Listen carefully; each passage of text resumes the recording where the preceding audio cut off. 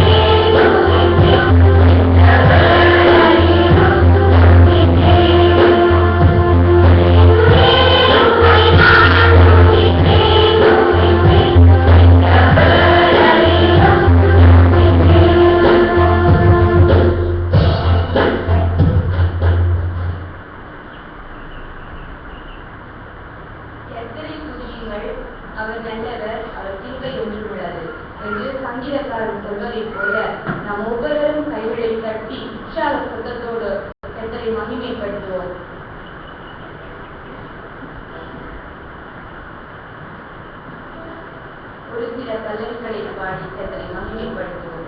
இரத்த கோட்டையானது கர்த்தர் எங்களுக்காக ஆயத்தப்படுத்தி வைத்திருக்கிற அந்த கோட்டை. அந்த கோட்டைக்குள்ளே நாங்கள் நுழைகிற போது எந்த விதமான அண்ணல்களும் எந்த விதமான பிரச்சனைகளும் எங்களை வந்து அணுகுவதில்லை. ஆகவே கர்த்தர் நல்லவர், அவரை துதிப்போமாக.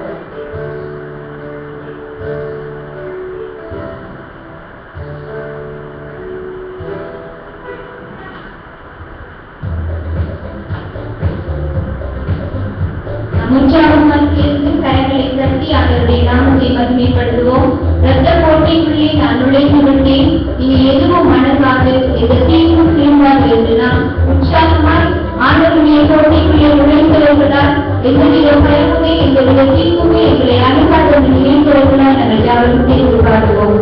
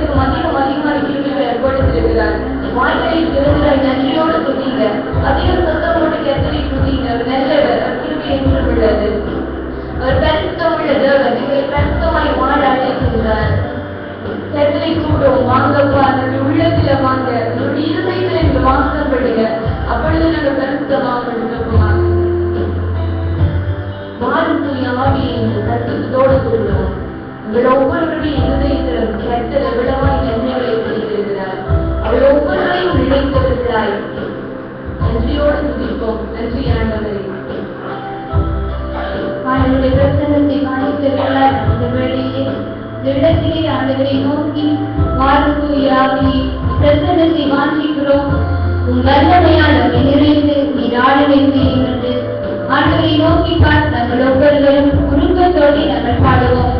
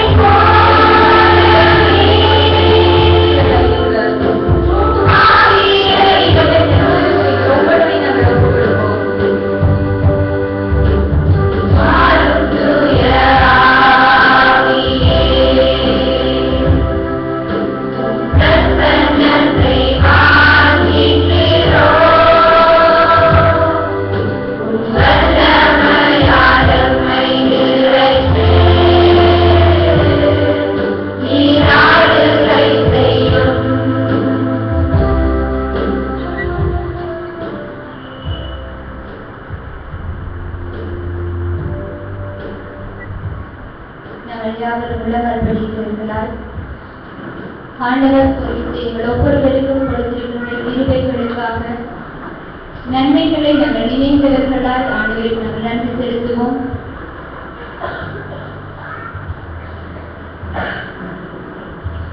எங்களுடைய சந்தோஷமான நேரங்களிலே உங்களுடைய துன்பமான வழிகளிலும் கூட ஆண்டவர் எங்களை கரம் பிடித்து வழிநடத்தி இருக்கின்றார்.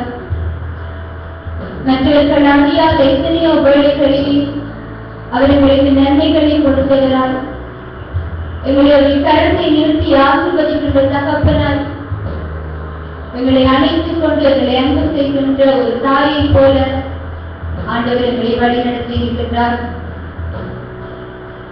எங்கள் ஒவ்வொருவருடைய வாழ்விலும் நிச்சயமாய் ஆண்டவர் ஏதோ ஒரு காரியத்தை எங்களுக்கு நன்மையால் ஆசீர்வாதமாய் கொடுத்திருப்பார். யாருமே நாங்கள் ஆண்டவரை நோக்கி இதனை ஆசீர்வதிக்கவில்லையே ஆண்டவரே என்று நாங்கள் யாருமே கூற முடியாது. மற்றவர்கள் அறியாமல் எங்களுக்கு மாத்திரமே தெரிந்த எத்தனையோ நன்மைகளை கொடுத்து உன் வாயை நன்மையினால் திருப்தியாக்குவேன் என்று சொன்ன வார்த்தையின்படி ஆண்டவரே எங்கள் ஒவ்வொருவரையும் வழிநடத்தி இருக்கின்றார். நாங்கள் துன்ப வேளையில் துவண்டு போன நேரங்களில் எல்லாம் உங்களை மார்போடு அணைக்கிறார். ஒரு தாயை போல ஒரு தாயை விட அதிகமாய் எங்களை பேசுகின்ற ஆண்டவர் அவர். உன் தகப்பன் உன் தாயை என்னை கைவிட்டார்கள், நான் உன்னை கைவிட மாட்டேன். தாயின் கருவில் உருவாக்கும் முன்னே உன் எலும்புகள் உருவாவதற்கு முன்னே நான் உன்னை அறிந்திருக்கிறேன் என்று எங்கள் ஒவ்வொருவரை பார்த்து ஆண்டவர் சொல்கின்றார். ஆண்டவர் எங்களுக்கு கொடுத்திருக்கின்ற ஆசீர்வாதங்கள் அநேகமாயிரம். உன் வாயை விரிவாய்க்கிற நான் அந்த ஆசீர்வாதங்களை நான் நிரப்புவேன் என்று ஆண்டவர் சொல்லுகின்றார். அவர் கொடுத்த ஒவ்வொரு நன்மைகளையும் நாங்கள் நினைத்து பார்க்கின்ற வேளையிலே ஆண்டவருக்கு நாங்கள் செலுத்துகின்ற நன்றி என்ற ஒரு வார்த்தை எந்த அளவுக்குமே போதுமானதாக இருப்பதில்லை. உலகிலே நாங்கள் அவரை நம்பி ஜீவிக்கின்ற வேளையிலே ஒவ்வொரு வேளையிலும் ஒவ்வொரு தருணத்திலும் ஆண்டவர்களை கரம் பிடித்து வழிநடத்துகின்றார்.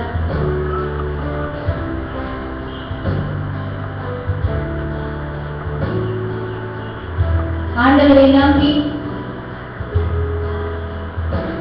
அவரை நினைத்து நாங்கள் செய்கின்ற ஒவ்வொரு காரியங்களையும் ஆண்டவர்களை நோக்கி பார்ப்பவராய் இருக்கின்றார்.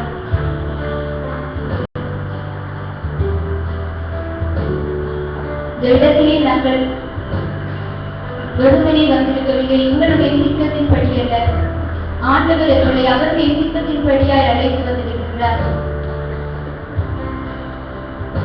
இவருடைய இந்த இடத்திலே எத்தனையோ பேர் இல்லாமல் இருக்க உங்கள் ஒவ்வொருவரையும் நேசித்த ஆண்டவர் உங்களை இந்த இடத்திலே அற்புதமாய் வழிநடத்தி கொண்டு வந்து சேர்த்திருக்கின்றார். நாங்கள் எத்தனை வேளையிலே ஆண்டவருக்கு நன்றி சொல்லியிருப்போம். ஆண்டவர் எங்களுக்கு ஒவ்வொரு காரியங்களையும் செய்கின்ற வேளையிலே நாங்கள் அதை உணர்ந்தவர்களால் ஆண்டவர் இதை எங்களுக்கு கொடுத்தார் என்று நாங்கள் ஆண்டவருக்கு சோத்திரங்கள் தெரிவித்திருக்கின்றோமா?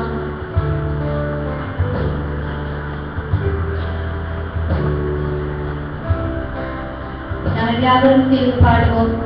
என் இன்ப துன்ப நேரம் நான் உண்மை தேடுவேன், நான் நம்பிடுவேன், பாரில் உண்மை சார்ந்திடுவேன்.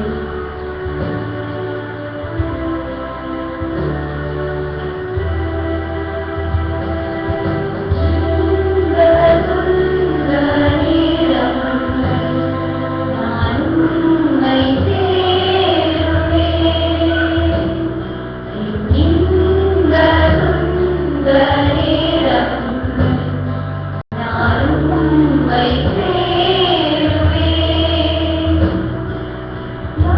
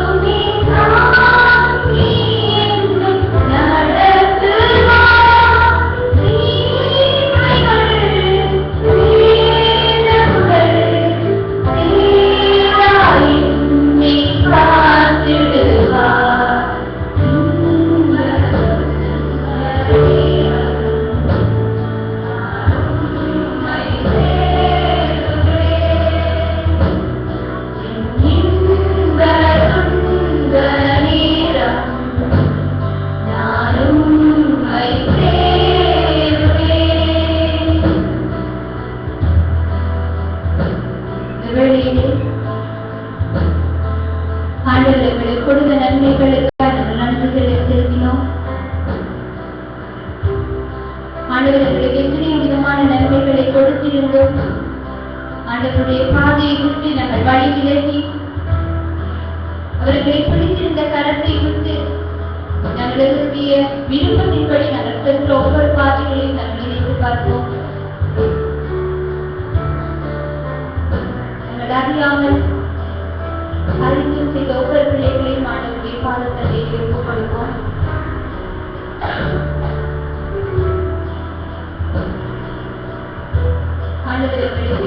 ஆசீர்வாதங்களை கொடுத்து அவருடைய பாதையிலே அவருடைய காரியங்களுக்காய் பயன்படுத்த நினைத்திருக்கின்ற வேளையிலே நாங்கள் அவரை விட்டு வழி விலகி போன சந்தர்ப்பங்கள் ஒன்றை நாங்கள் நினைத்து பார்ப்போம். ஆண்டவருக்காய் ஒரு காரியங்களை செய்ய எங்களுக்கு நிறைய நேரங்கள் கிடைத்திருந்தும் கூட நாங்கள் அவற்றை உதாசீனம் செய்த ஒவ்வொரு சந்தர்ப்பங்களை நாங்கள் நினைத்து பார்ப்போம். உங்களுடைய செயலினால், உங்களுடைய பேச்சினால், உங்களுடைய நெஞ்சங்களை காயப்படுத்தின ஒவ்வொரு வேளைகளையும் நாங்கள் நினைத்து பார்ப்போம். உங்களை முழுவதுமாய் ஆண்டவருடைய பாதத்திலே ஒப்புக் கொடுப்போம்.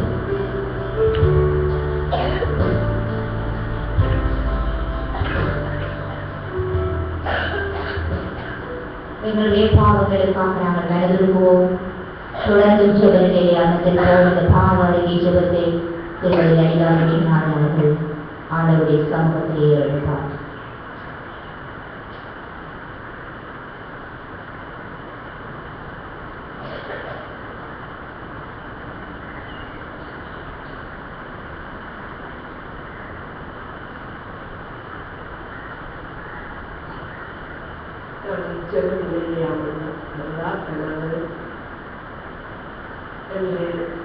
ஆண்டவரை நாங்கள் நோக்கி பார்ப்போம்.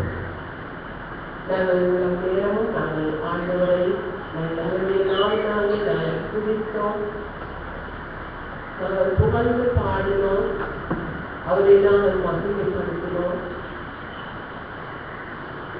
அதனமாக நாங்கள் திரும்பவும் நாங்கள் எங்களை நாங்கள் ஆராய்ந்து பார்க்கும் மக்களாக நாங்கள் இப்போது நாங்கள் அழைக்கப்படுகிறோம். ஆண்டவர் கூறியிருக்கிற துதித்தலும் தவிர்த்தலும் எனக்கு பிரியமில்லாத காரியம் என்று ஆண்டவர் சொல்லியிருக்கிறார். கிறிஸ்தவர்களாகிய நாங்கள் எங்களுடைய வாழ்க்கையை நாங்கள் திரும்பி பார்ப்போம். நாங்கள் எப்போது பாடினோம், இரத்த கோட்டைக்குள்ளே நான் நுழைந்து விட்டேன், எதுவும் என்னை அழுக்காது நாங்கள் பாடி நாங்கள் ஆராய்ந்து பார்ப்போம். நாங்கள் பாடும் போது நாங்கள் விசுவாசத்தோடு நம்பிக்கையோடு நாங்கள் பாடினோம். எனது ஆண்டவராகிய இயேசுப்பாவை எங்களுக்காக இயேசுப்பா சிந்தின அந்த இரத்த கோட்டைக்குள்ளே நான் நுழைந்து விட்டேன், என்னை எதுவும் அழுக்காது என்று நாங்கள் பாடினோம். அந்த விசுவாசமும் அந்த நம்பிக்கையும் எங்களுடைய வாழ்க்கையிலே நிலைத்திருக்கிறதா? அதை நாங்கள் கடைப்பிடித்து நாங்கள் வாழ்கிறோமா? அல்ல உள்ளான எங்களுடைய ஆழத்திலிருந்து இந்த வார்த்தை பாடலாக வந்ததா, அல்லது எங்களுடைய நாவிலே இருந்து அது புறப்பட்டதா என்பதை நாங்கள் ஒவ்வொரு கிறிஸ்தவர்களை நாங்கள் சிந்தித்து பார்க்கும் பிள்ளைகளாக நாங்கள் இருக்க வேண்டும். நாங்கள் இந்த பூமியிலே நாங்கள் கிறிஸ்தவர்களாக நாங்கள் அழைக்கப்பட்டிருக்கிறோம், தெரிந்து கொள்ளப்பட்ட பிள்ளைகளாக நாங்கள் இருக்கிறோம். எங்களுடைய வாழ்க்கையை நாங்கள் ஒவ்வொருவரும் நாங்கள் திரும்பி பார்க்க வேண்டும். ஆண்டவர் எங்களுக்கு எங்களுடைய கையிலே எங்களுக்கு வேதாகமத்தில் தந்து அவருடைய வார்த்தைகளை எங்களுக்கு தந்திருக்கிறார். நாங்கள் வாசிக்கின்றோம், அதன்படி நாங்கள் நடக்கிறோமா என்பதை நாங்கள் சிந்தித்து பார்க்கும் மக்களாக இந்த வேலையை நாங்கள் அழைக்கப்படுகிறோம். ஆண்டவர் எங்களுக்கு எத்தனையோ வார்த்தையை தந்திருக்கிறார். நாங்கள் எப்படியாக வாழ வேண்டும் என்று கற்றுத் தந்திருக்கிறார். அவருடைய கட்டளைகளை தந்திருக்கிறார், அவருடைய கற்பனைகளை தந்திருக்கிறார். நான் ஏமாத்துறேன், நீங்கள் தந்த அந்த கற்பனைகளை நான் நடக்கிறேன் ஆண்டவரே என்று நான் ஒவ்வொருவரும் நாங்கள் ஆண்டவரிடம் நாங்கள் கேட்டதை மன்னித்து நாங்கள் எங்களுடைய பாவங்களை நாங்கள் அறிக்கை செய்யக்கூடியதாக நாங்கள் இருக்கிறோம்.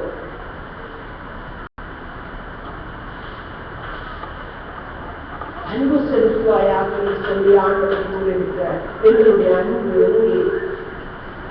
நாங்கள் சாதாரணமாக நாங்கள் பார்க்கிறோம், நாங்கள் மற்றவர்களில் அன்பு செலுத்துகிறோம் என்று சொல்லி நாங்கள் சொல்லுகிறோம். ஆனால் அது உண்மையான அன்பா என்பதை நாங்கள் பார்க்க வேண்டும். எங்களுடைய உள்ளத்தில் இந்த ஆழத்தில் இருந்து வரும் அன்பாக நாங்கள் பார்க்க வேண்டும். சாதாரணமாக நாங்கள் ஒவ்வொருவருடைய குடும்ப உறவிலே நாம் எடுத்துக்கொண்டால் உண்மையான அன்போடு நான் வாழக்கூடியதான் ஆண்டவர் கற்றுத் தந்திருக்கிறார். அந்த அன்பை கற்றுத் தந்திருக்கிறார். அந்த அன்போடு நான் வாழகிறேன். நான் கேள்வி கேட்டு நான் வாழக்கூடியதாக நாம் இருக்க வேண்டும். நான் பிறனிலே அன்பு கொள்வேனா, நான் சகோதரர்களே நான் அன்பு கொள்வேனா, நாங்கள் எங்களை ஆராய்ந்து பார்ப்போம். ஆண்டவர் கூறியிருக்கிறார், கொலை செய்யாதிருப்பாயாக என்று கூறியிருக்கிறார். ஆனால் அந்த கற்பனையை எங்களுடைய ஆண்டவராகிய இயேசு சொல்லியிருக்கிறார். அன்று பழைய ஏற்பாட்டிலே கொலை செய்யாதிருப்பாயாக என்று கூறப்பட்டிருக்கிறது. ஆனால் நான் கூறுகிறேன், நாங்கள் மத்திய 5ஆம் அதிகாரத்திலே மலை பிரசங்கத்திலே நாங்கள் பார்க்கிறோம், ஒரு சகோதரனை மூடனே என்று சொல்லுகிறவன் நகரத்துக்கு தள்ளப்படுவான் என்று சொல்லி ஆண்டவராகிய இயேசு கூறுகிறார். என்னுடைய வார்த்தை என்ன? என்னுடைய வாயிலிருந்து வரும் வார்த்தைகள் என்ன? சிந்தித்து பார்ப்போம். பிரியமான சகோதர சகோதரிகளே, இந்த வார்த்தை எப்படியாக இருக்கிறது? எந்த வார்த்தை எப்படியாக இருக்கிறது? சிந்தித்து பார்ப்போம். நாங்கள் பாவம் இல்லை என்று நாங்கள் ஒருவரும் சொல்ல முடியாது. ஆண்டவர் கூறியிருக்கிறார், உங்களுடைய பாவம் இல்லை என்று சொல்வீர்களானால் நீங்கள் எப்படி வஞ்சிக்கும் மக்களாக இருக்கிறீர்கள் என்று சொல்லி. உலக காரியத்துக்குள்ளே நாங்கள் இருக்கும் போது நாங்கள் ஒவ்வொரு இச்சைகளினாலும் நாங்கள் பாவத்துக்குள்ளே அகப்பட்ட மக்களாக இருக்கிறோம். குடும்ப உறவுக்குள்ளே நாங்கள் பாவம் செய்கிறோம். சமுதாயத்திலே நாங்கள் பாவம் செய்கிறோம். சபையிலே நாங்கள் பாவம் செய்கிறோம். ஒவ்வொருவரும் நம்முடைய விலகினம் உண்டு.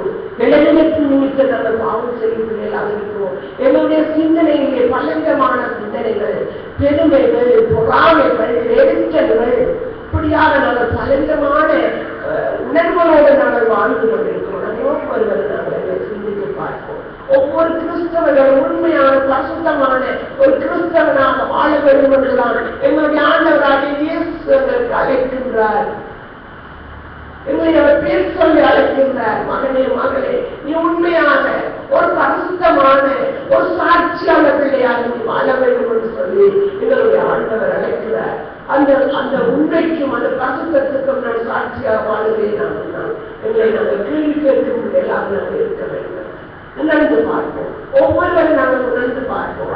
எங்களுடைய ஒவ்வொரு பாவங்களையும் நாங்கள் இந்த வேளையிலே எங்களுடைய ஆண்டவராகிய இயேசுவின் பாதத்திலே நாங்கள் அர்ப்பணிப்போம்.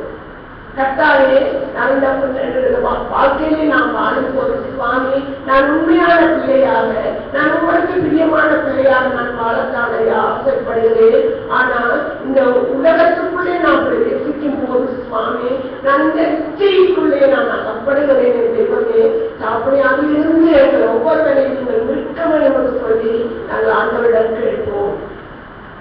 தந்தையை நான் வாழும் போது நான் அந்த வழியில் போகக்கூடாது, உங்களுக்கு பிரியமில்லாத வழியில் இருந்தால் இதை மாற்றும் ஆண்டவரே என்று நாங்கள் கேட்போம். அப்படியே நான் வாழும் போது ஐயா உங்களுடைய ஞானம் வேண்டும் சுவாமி, நான் அப்படி வாழ வேண்டும் என்று நீங்கள் அவ்வப்போது எனக்கு உங்களுக்கு கற்றுத்தர வேண்டுமா சுவாமி என்று நாங்கள் ஒவ்வொருவரும் நாங்கள் கேட்போம். ஆண்டவர் கூறியிருக்கிறார், என்னுடைய பிள்ளைகள் வெட்கப்பட்டு போக நான் விட மாட்டேன் என்று சொன்ன ஆண்டவரை நாங்கள் அவருடைய பாதத்தை பிடித்து நாங்கள் செஞ்சு கேட்போம். ஆண்டவரே, நான் உங்களுடைய பிள்ளையாக வாழ வேண்டும் ஐயா, அப்படியே உங்களிலே நான் இருக்க வேண்டும் சுவாமி, உங்களுக்கு பிரியமான பிள்ளையாக நான் இருக்க வேண்டும் என்று சொல்லி நாங்கள் ஒவ்வொருவரும் ஆண்டவருடைய பாதத்தை பிடித்து நாங்கள் செஞ்சு கேட்போம்.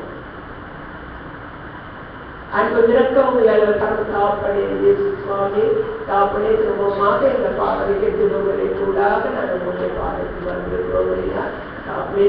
ஒவ்வொருவரை நீங்கள் தெரிந்து கொண்ட பிள்ளைகள் சுவாமி, தந்தையே, நாங்கள் பிள்ளையான வழிகளிலே நாங்கள் செய்யும் போது சுவாமி, தாப்பனே தயவாக எங்களை ஒவ்வொருவரையும் இவர் நடித்து அப்பா நாங்கள் எப்படியாக நடக்க வேண்டும் என்று சொல்லி சுவாமி உங்களுக்கு கற்றுத்தர வேண்டும் என்று நாங்கள் ஜெபிக்கிறோம் இல்லையா.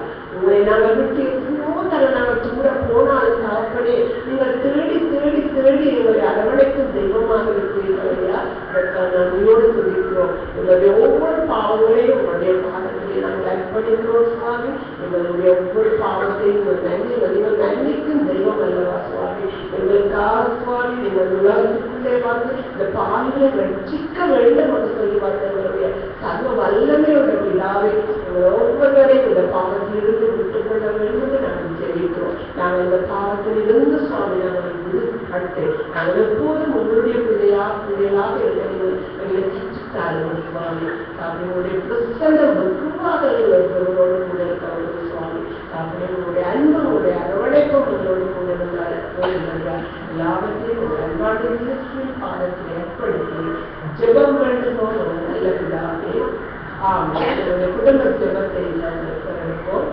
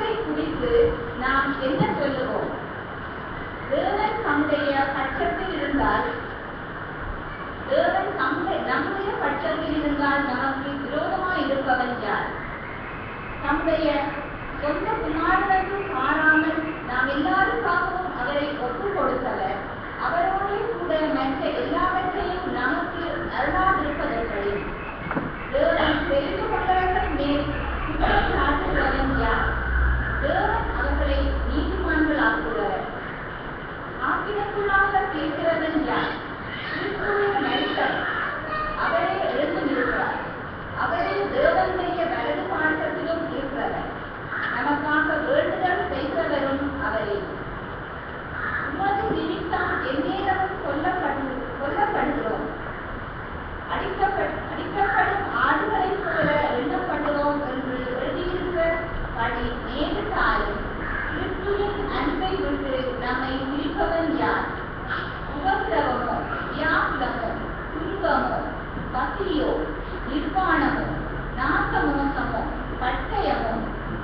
எல்லாவற்றிலேயும் நாம் நம்மில் அன்பு கொள்கிறவராலே முற்றும் ஜெயம் கொள்கிறவர்களாயிருக்கிறோம்.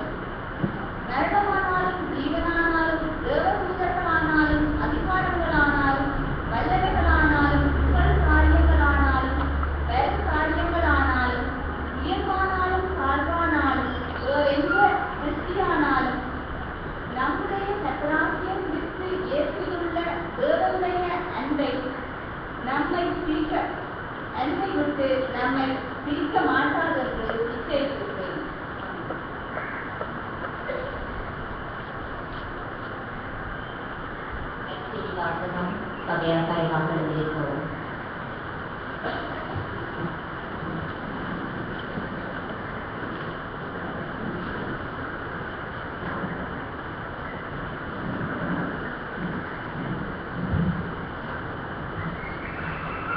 மத்தேயு 13ஆம் அதிகாரம் 31ஆம் வசனம் தொடக்கம் 33ஆம் வசனம் வரை, தொடர்ந்து 42ஆம் வசனம் முதல் 52ஆம் வசனம் வரை. மத்தேயு 13ஆம் அதிகாரம் 31ஆம் வசனம் முதல் 33ஆம் வசனம் வரை, தொடர்ந்து 42ஆம் வசனம் முதல் 52ஆம் வசனம் வரை. வேறொரு உவமையை அவர்களுக்கு சொன்னார். பரலோக ராஜ்யம் வலது விதைக்கு ஒப்பாயிருக்கிறது. அதை ஒரு மனுஷன் எடுத்து தன் நிலத்தில் விதைத்தான். அதன் சகல விதைகளையும் சிறிதாயிருந்தும் வளரும் போது சகல பூண்டுகளையும் பெரிதாகி ஆகாயத்து பறவைகள் அதன் கிளைகளில் வந்து அடையத்தக்க மரமாக்கும் என்றார். வேறொரு உவமையை அவர்களுக்கு சொன்னார். பரலோக ராஜ்யம் புளித்தமாவுக்கு ஒப்பாயிருக்கிறது. அதை ஒரு ஸ்திரீ எடுத்து முழுவதும் புளிக்கும் வரைக்கும் 3 படி மாவிலை அடக்கி வைத்தாள் என்றார். இவைகளையெல்லாம் இயேசு ஜனங்களுடைய உவமைகளாக பேசினார். உவமைகளினாலே அன்றி அவர்களுடைய பேசவில்லை. அவர்களை அக்கினி சூழலில் போடுவார்கள். அங்கே அழுகையும் கற்பழிப்பும் உண்டாயிருக்கும். அப்பொழுது நீதிமான்கள் தங்கள் பிதாவின் ராஜ்யத்திலே சூரியனைப் போல பிரகாசிப்பார்கள். கேட்கிறதற்கு காதுருகம் கேட்க கடலும். அன்றியும் பரலோராட்சியம் நிலத்தில் புதைத்திருக்கிற பொக்கிஷத்துக்கு ஒப்பாயிருக்கிறது. அதை ஒரு மனுஷன் கண்டு மறைத்து அதை பற்றிய சந்தோஷத்தினாலே தனக்கு உண்டான எல்லாவற்றையும் விற்று அந்த நிலத்தை கொடுக்கிறான். மேலும் பரலோராட்சியம் நல்ல முத்துக்களை தேடுகிற வியாபாரிக்கு ஒப்பாயிருக்கிறது. அவன் விலையுயர்ந்த ஒரு முத்தை கண்டு போய் தனக்கு உண்டான எல்லாவற்றையும் விற்று அதை கொள்ளுகிறான். அன்றியும் பரலோக ராஜ்யம் கடலிலே போடப்பட்டு சகலவிதமான மீன்களையும் சேர்த்து வாரிக்கொள்ளும் வலைக்கு ஒப்பாயிருக்கிறது. அது நுழைந்த போது அதை கரையில் இழுத்து உட்கார்ந்து நல்லவைகளை கூடைகளை சேர்த்து ஆகாதவைகளை எரிந்து போடுவார்கள். இப்படியே உலகத்தின் முடிவிலே நடக்கும். தேவதூதர்கள் கூறப்பட்டு நீதிமான்களின் நடுவிலிருந்து பொல்லாதவர்களை பிரித்து அவர்களை அக்கினி சூழலில் போடுவார்கள். அங்கே அழுகையும் கற்பழிப்பும் உண்டாயிருக்கும் என்றார். பின்பு இயேசு அவர்களை நோக்கி, இவைகளை எல்லாம் அறிந்து கொண்டீர்களா என்று கேட்டார்.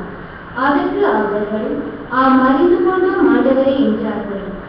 அப்பொழுது அவர் அவர்களை நோக்கி, இப்படி இருக்கிறபடியால் பரலோராட்சியத்துக்கு அடுத்தவைகளில் உபதேசிக்கப்பட்டு தேறின வேதபாரகன் எவனும் தன் பொக்கிஷத்தில் இருந்து புதியவைகளையும் பழையவைகளையும் எடுத்துக் கொடுக்கிற வீட்டுக்குமான் ஆகிய மனுஷனுக்கு ஒப்பாயிருக்கிறான் என்றார்.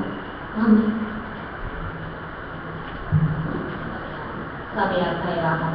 இந்த வேளையில் நாங்கள் தொடர்ந்தும் அமைதியாக இருப்போம். மன்றாட்டு ஜெபங்களுக்காக எங்களை ஆயத்தம் செய்கின்ற வேளையிலே நாங்கள் எங்களுடைய உள்ளங்களை ஆயத்தம் செய்வோம். அமைதியாக இருந்து ஒரு பாடலை கேட்போம்.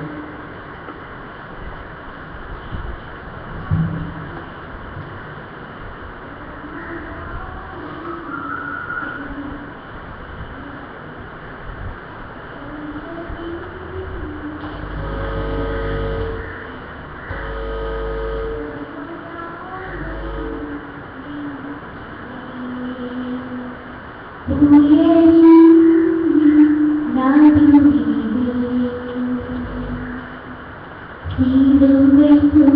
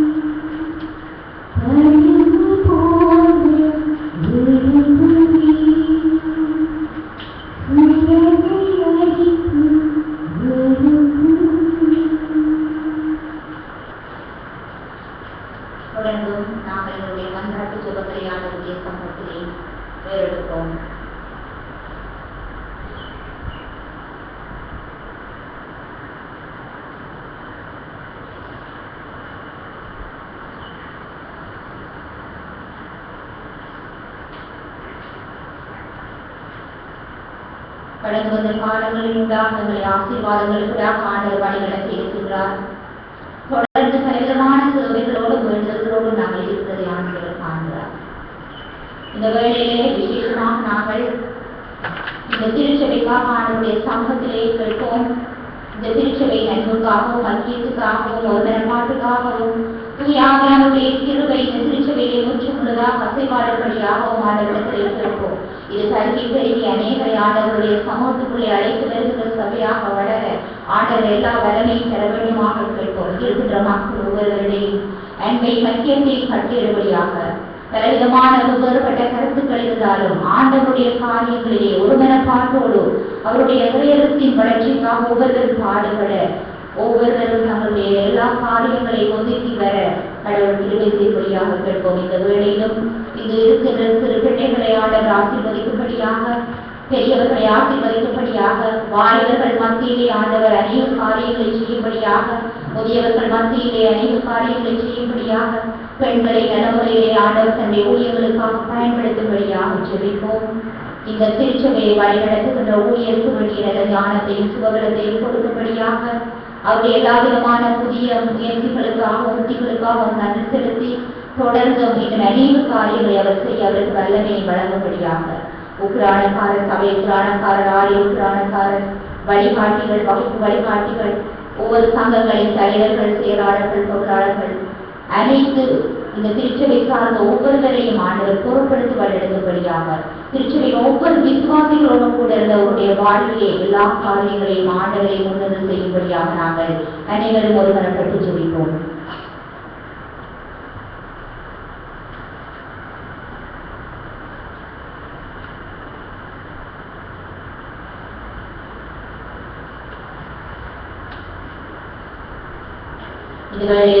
விசேஷமாக திருச்சபையிலிருந்து வெளியிடங்களிலே வாழ்கின்ற மக்களை ஆண்டவருடைய சமூகத்திலே ஒப்படைப்போம்.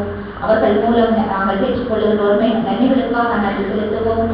தொடர்ந்து அவர்கள் இருக்கின்ற சூழல்களிலே அவர்களை பாதுகாக்கும்படியாக அவர்களுடைய எல்லா சேவைகளை நிறைவேற்றும்படியாக ஜெபிப்போம். உலகத்தின் திருச்சபைகளுக்காக திருச்சபையின் ஒருமைப்பாட்டுக்காகவும் ஐக்கியத்துக்காகவும் வேண்டிக் கொள்வோம். நாங்கள் பலவிதமான சபைகளாக பிரிந்திருந்தாலும் ஆண்டவருடைய உயரத்தை மட்டுமே கட்டி எழுப்புகின்ற ஒரே நோக்கத்தை கொண்டிருக்கத்தக்கதாக உலக திருச்சபைகளுக்கு வருகின்ற அச்சுறுத்தல்களுக்காக ஜெபிப்போம். கர்த்தர் தாமே அவற்றிலிருந்து இந்த மக்களை திருச்சபைகளை பாதுகாக்கும்படியாக உலகத்திலே நாடுகள் நடக்கும் ஒவ்வொரு ஆராதனைகளையும் ஆசீர்வதிக்கும்படியாக ஆண்டவருடைய நாமம் எங்கெல்லாம் சொல்லப்படுகின்றதோ அங்கெல்லாம் ஆண்டவர் கூட இருந்து வழிநடத்தும்படியாக நாங்கள் ஒரு தினப்பாட்டோடு வேண்டிக் கொள்வோம்.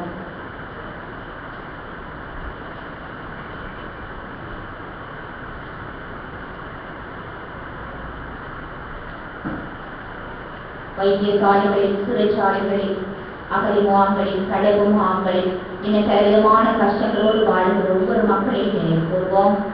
தேவைகளோடு இருக்கிற மக்கள், போராட்டங்களோடு இருக்கிற மக்கள், வாழ்க்கை வெறுத்து போய் விரக்தியான சூழ்நிலையில் இருக்கிற ஒவ்வொரு மக்களையும் ஆண்டவர் சாமி தொட்டு குணமாக்கும்படி அவர்களுக்கு விடுதலை அளிக்கும்படி ஆண்டவர்களை தேற்றி புது வாழ்வை அளிக்கும்படியாக கேட்போம்.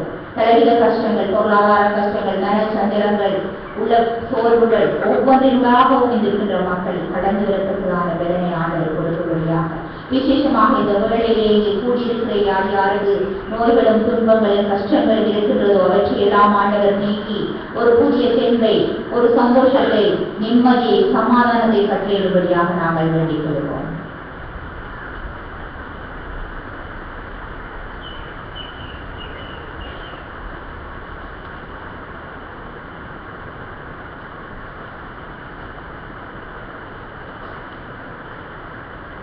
தொடர்ந்தும் இந்த தேசத்தின் அமைதிக்காக நாங்கள் ஆண்டவரிடத்திலே வேண்டிக் கொள்வோம். இந்த தேசத்திலே குழப்பம் என்ற சூழ்நிலைகள் இருந்தாலும் கூட நிரந்தரமான அமைதி என்று சொல்ல முடியாத சூழ்நிலைகளை நாங்கள் காண்கிறோம். அச்சுறுத்தல்கள், பாலியல் வல்லுறவுகள், பிழையான தீர்ப்புகள், இப்படியாக பலவிதமான காரியங்கள் நடந்து கொண்டிருக்கிறதை நாங்கள் காண்கிறோம். ஆண்டவரே, ஆட்சியாளர்களுக்கு நல்ல ஞானத்தை கொடுத்து, பலத்தை கொடுத்து, நீதியோடு நேர்மையோடு இந்த தேசத்தை அவர்கள் ஆட இத்திருவை செய்யும்படியாக நாங்கள் ஆண்டவரிடத்திலே கேட்போம். இந்த தேசம் முற்றிலுமாக அமைதியை காணத்தக்கதாக நீதியும் நியாயமுமான சூழலை இந்த மக்கள் ஒவ்வொருவரும் அனுபவிக்கத்தக்கதான சூழலைகளை ஆண்டவர் உருவாக்க வேண்டும். ஆண்டவருடைய நீதியானது அவருடைய இடத்திலே இருந்து இந்த தேசத்துக்கு இறங்கி வரும்படியாக நாங்கள் வேண்டிக் கொள்வோம்.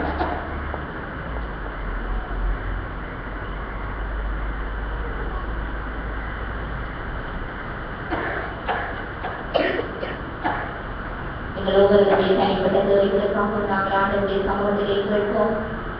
கர்த்தாவே, ஒவ்வொரு குடும்பங்களில் இருக்கிற தேவைகளை காண்கிறீர் ஆண்டவரே என்று சொல்லுவோம்.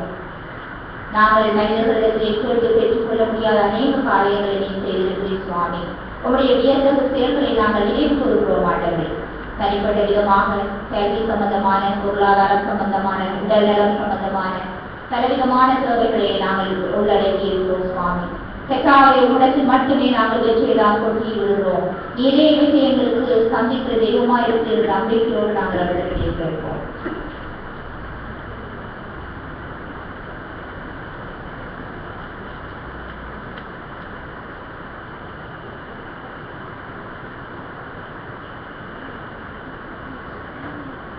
விசேஷமாக இந்த திருச்சுவையில் இருக்கிற ரோசாக்காவுக்காக, அவருடைய உடல் நலத்துக்காக ஆண்டவரத்திலே வேண்டிக் கொள்ளுவோம்.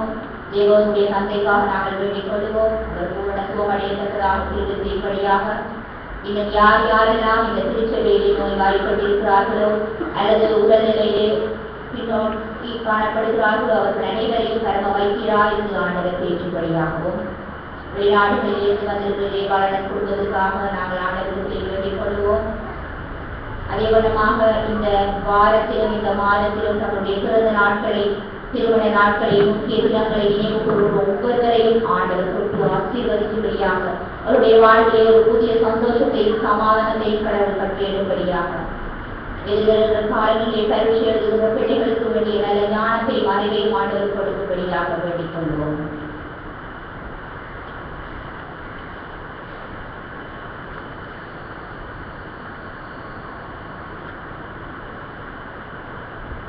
மகா பரிசுத்தமுள்ள ஆண்டவரே சுவாமி, உம்முடைய இரக்கங்களை நம்பியே உடைய சமூகத்திலே வந்திருக்கிறோம் ஐயா.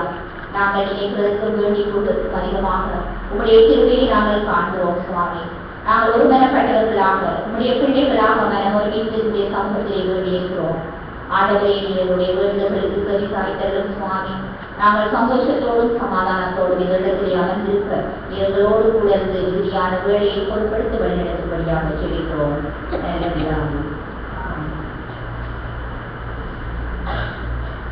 இந்த வேளையிலே நாங்கள் அனைவரும் எழுந்திருந்து காணிக்கை பாடலாக 291வது பாடலை பாடவும். காத்தலே இத்தரணியே என்பாய் இயேசுவுக்கு சொந்தமாக்குவோம். அந்த வேளையிலே காணிக்கை கேட்கப்படும்.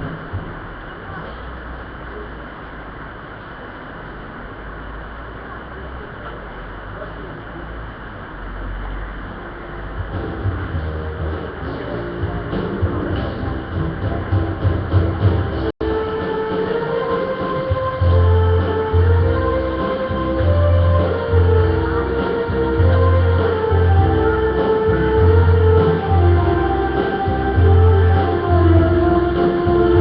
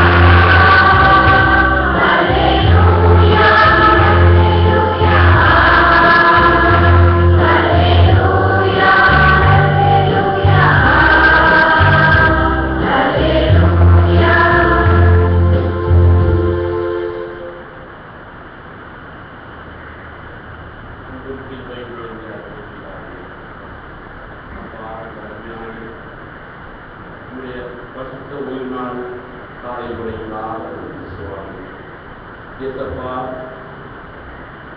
இந்த கல்லாவது திருச்சபை அப்பா என்னுடைய குடும்பத்தின் அப்பா ஒரு காட்சியாக இருக்கிறது சுவாமி.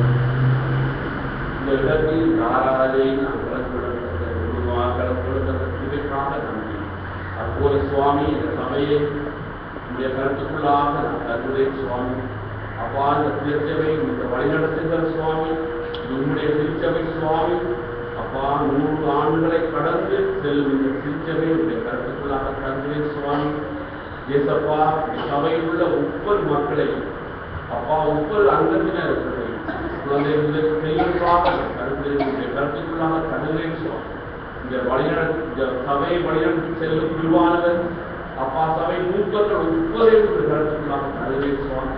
இந்த சபையில் அப்பா மேலும் மேலும் சந்தோஷமும் சமாதானமும் ஒற்றுமை ஓங்கி அப்பா அந்த சபை இந்த பகுதிக்கு ஒரு ஒளி விளக்காக உங்களுடைய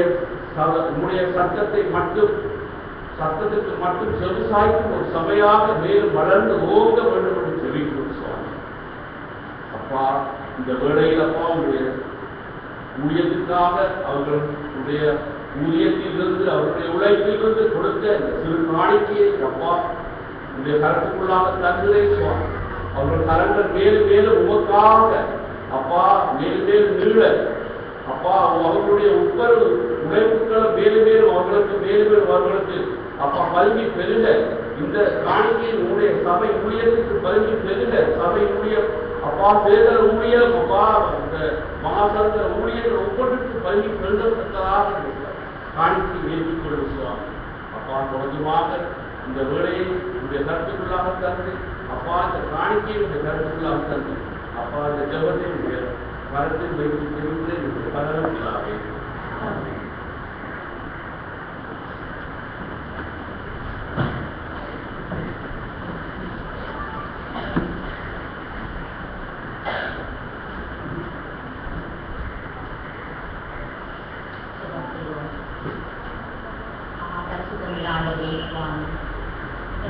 வார்த்தைகள் நீங்கள் கூடியிருக்கின்றவருடைய சிந்தைகளுடைய சிந்தைகள் உங்களுடைய சமூகத்துக்கு ஏற்புடையதாக இருப்பதாக. அறுவடை ஆற்றுவதற்கு முன்பாக நாங்கள் சிறிய சாட்சியை சொல்லலாம் என்று நினைத்திருக்கிறேன். கடவுளுடைய காரியங்கள் கடவுள் எங்களை பலவிதமான கஷ்டங்களில் இருந்தும் துன்பங்களில் இருந்தும் ஆபத்துகளில் இருந்தும் காப்பாற்றுகிறார் என்ற விசுவாசத்தோடு நான் சொல்ல முடியும்.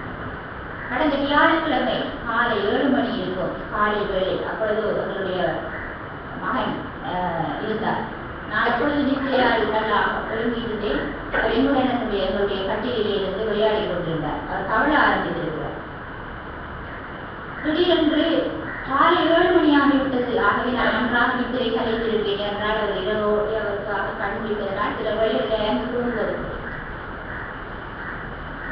ஒரு கணம் நான் திகைத்து போனேன். எப்படி நான் கண்ணேர்ந்தேன் அந்த கட்டிலே இருந்தது தெரியாது. திடீரென்று பிள்ளை அழுகுற சத்தம் மட்டும் கேட்டது. தோழி பார்த்தேன், கட்டிலே பிள்ளை இல்லை. நல்ல உயரமான கட்டில். அந்த கட்டிலே இருந்து அந்த குழந்தை விழுந்திருக்கின்ற முறையை பார்த்த பொழுது உண்மையாகவே நான் அலறி அடித்து கத்த ஆரம்பித்தேன். கத்திய கத்தத்தில் அம்மா எனக்கு வந்து கண்ட மாதிரி எல்லாம் பேசுகிறார்கள். எல்லாரும் கதலை இனவென்றார்கள். கண்டறியாத நித்திரையர்கள் எல்லாம் சொல்லுகிறார்கள். நான் உண்மையாகவே துடித்து போய் இனி இல்லை என்ற வேதனையோடு அழுது கொண்டிருந்தேன். என்னுடைய கணவர் அழுது கொண்டிருந்தார். அப்பொழுது பார்த்த பொழுது கடவுள் அங்கே ஒரு அற்புதத்தை செய்திருந்தார். அதாவது சிறியவர் கவலுவதற்காக நாங்கள் சிறிய மெத்தை வைத்திருப்போம். அதில் ஆப்பிள் பழங்கள் போட்டிருக்கோம். எப்பொழுதும் அவர் அந்த ஆப்பிள் பழங்களுக்காக அந்த மெத்தையையும் அடிக்கடி இழுத்து பார்த்தார். அப்பொழுது இவர் என்ன செய்திருக்கிறார்? என்னோட கட்டில் இருந்த பொழுது அந்த ஆப்பிள் பழங்களை இழுப்பதற்காக அந்த சிறிய மெத்தையை இழுத்திருக்கிறார். அந்த சிறிய மெத்தையை இழுத்த பொழுது அந்த சிறிய மெத்தை என்ன செய்திருக்கிறது? இழுபடாமல் போய் கட்டில் மறுபக்கம் விழுந்திருக்கிறது. கட்டிலின் மறுபக்கம் விழுந்ததன் பின்னராக இவர் விழுந்திருக்கிறார். ஆகையினாலே அவர் அந்த மெத்தையிலே விழுந்து கீழே புரண்டிருக்கிறார். கர்த்தருக்கு உண்மையாகவே நான் நன்றியுடையவராக இருக்கின்றேன். இந்த காரியம் இன்னொரு எங்களுடைய வாழ்வில் ஒரு பெரிய ஆச்சரியத்தை கட்டியது. சுரேஷ் ஒரு நாளும் தானாக ஜெபம் செய்வோம் என்று சொல்ல மாட்டார். உடனே சுரேஷ் சொன்னார், சந்திரிகா ஜெபம் ப்ரே பண்ணுவோம் வாங்க என்று என்னை கூப்பிட்டார்.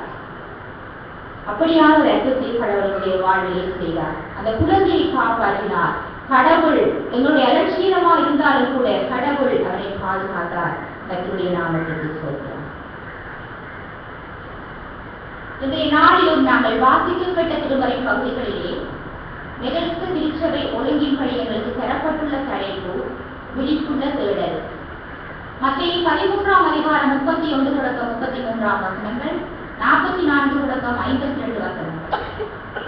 கடுகு விதை, புளிப்புமாவு விதை உவமைகள், புதைய உவமை, முத்து உவமை என்று உவமைகளை பற்றி நாங்கள் பார்ப்போம். உவமைகள் மூலம் இயேசு தம்மை சூழ உள்ளவர்களுடன் எப்பொழுதும் பேசுபவராகவே இருந்தார். அவர் உவமைகள் மூலம் பேசியதன் பின்னணி ஏனென்று சொன்னால், அக்காலத்தில் பலஸ்தீனாவில் என்ன நடந்து கொண்டிருக்கின்றது, அவர் எங்கெல்லாம் உவமைகளுடன் பேசுகின்றாரோ அதன் பின்னணியிலே பின்வரும் காரியங்களை நாங்கள் பார்க்கலாம். ஒன்று, அந்த பலஸ்தீன தேசத்தின் அக்காலத்தில் நடந்து கொண்டிருக்கின்ற விடயங்கள்.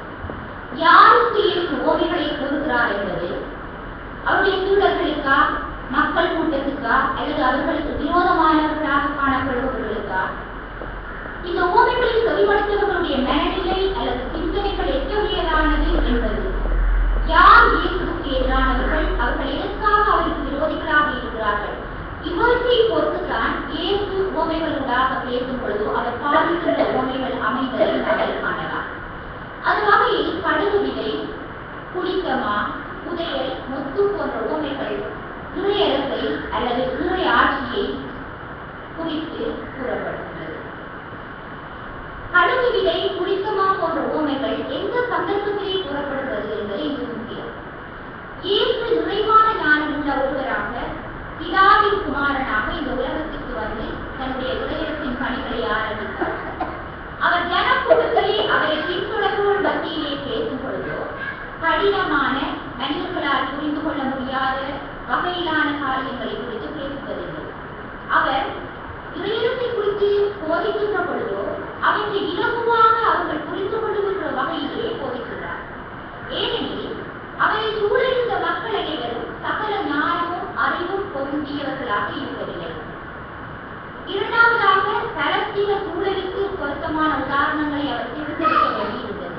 அவருடைய உணவு, உடை, கலாச்சாரம், வழிபாடு போன்றவற்றின் தொடர்புடைய பொருட்கள், உதாரணங்கள், கருத்துக்கள் அடங்கிய மிக எளிமையான விடயங்களிலே அவர்கள் புரிந்து கொள்ளக்கூடிய நிலைமைகளை அவர்களுக்கு கற்பித்தார். சோதனைகளை உபயோகித்ததன் மூலம் அவரது சோதனைகளை சிறந்த முறையில் மக்கள் புரிந்து கொண்டார்கள் என்று பார்க்கிறோம். இதன் மூலம் கிறிஸ்து வருகின்ற செய்தி, கிறிஸ்தவர்கள் திருச்சபையை பற்றி அல்லது ஆண்டவரை பற்றி நற்செய்தி பற்றி போதிக்கின்ற பொழுதோ அந்த முறைகள், அவர்கள் போதிக்கின்ற முறைகள், அவர்களுடைய தொடர்பாடல் முறைகள், விடயங்கள் இலகுவாக மக்களை சென்றடையும் தன்மையுடையதாக, அவர்கள் புரிந்து கொள்ளும்படியானதாக, அதை புரிந்து கொள்வதன் மூலம் அவர்கள் மனமாற்றம் அடையும்படியானதாக இருக்க வேண்டும் என்பதை பார்க்கின்றது. இறையரசு, அரசு அல்லது ஆட்சி அல்லது அரசியல் என்றால் அது சாதாரண மக்களுக்கு பொருத்தமான விடயம் அல்ல. அதில் கூடுதலாக கல்வி அறிவு பெற்றவர்கள், அதிலும் ஆட்களுக்கு பொருத்தமான விடயம் தான் இந்த அரசியல் சம்பந்தமான பேச்சுவார்த்தைகள் என்பது அனைவருடைய கருத்து. ஆகவே இயேசு இறையரசு என்ற விடயத்தை இங்கு அந்த முறைகளிலிருந்து இலகுவாக விளக்குகின்றார். இந்த உவமை கூறப்பட்ட சூழ்நிலையை பார்க்கின்ற பொழுது அது பின்வருமாறு அமைகின்றது. இயேசுவுக்கு எதிராக அநேகர் விமர்சனம் செய்கின்றவர்களாக அவரை பின்தொடர்ந்தார்கள். அவர் எது செய்தாலும் அதை பற்றி அவர்கள் பேசுபவர்களாகவும் விமர்சிப்பவர்களாகவும். இப்படியான ஒரு சூழலிலே விமர்சகர்கள் அநேகம் இருக்கின்ற நிலைமையிலே இயேசுவை சிலர் பின்தொடர்ந்தார்கள். பலர் அவரை பின்தொடர்வதை நிறுத்திவிட்டார்கள். பலர் அவருக்கு பின்னால் போகவில்லை. இப்படியான ஒரு சூழ்நிலை இருந்தது. அநேக விரோதிகளாகவும் அவருடைய கருத்துக்களை விமர்சித்தவர்களாகவும் இருந்த நிலையிலே ஒரு சிலர் மட்டுமே பின்பற்றுபவர்களாகவும் அநேகர் அவரை விட்டு விலகி போகிறவர்களாகவும் இருந்த சூழ்நிலையே ஒரு சொற்ப கூட்டத்தினர் அவரை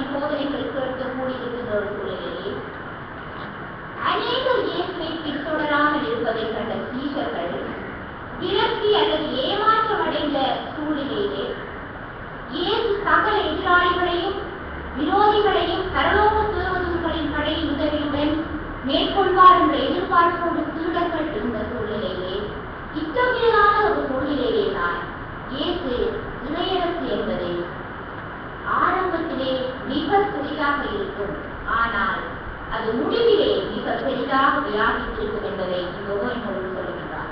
கடுகு விதையின் உவமை, புளித்தமாவின் உவமைகளை நீங்கள் பார்க்கின்ற பொழுது ஆரம்பத்திலே மிக சிறிதாக இருக்கின்றது விடயமானது முடிவிலே அது மிக பெரிதாக வியாபிக்கும் என்கின்ற காரியத்தை சொல்லுகின்றது. அது ஆங்கிலத்திலே அங்கே காணப்படுகின்றது. It grows to be the largest of all plants. அந்த கடுகு விதையானது எல்லா செடிகளிலும் விட பெரிய செடியாக அந்த கடுகு வளர்கிறது. அது வளரும்போது மற்றெல்லா செடிகளையும் விட பெரியதாகின்றது. இயேசுவே கடுகு விதையை பற்றி கூறினார்.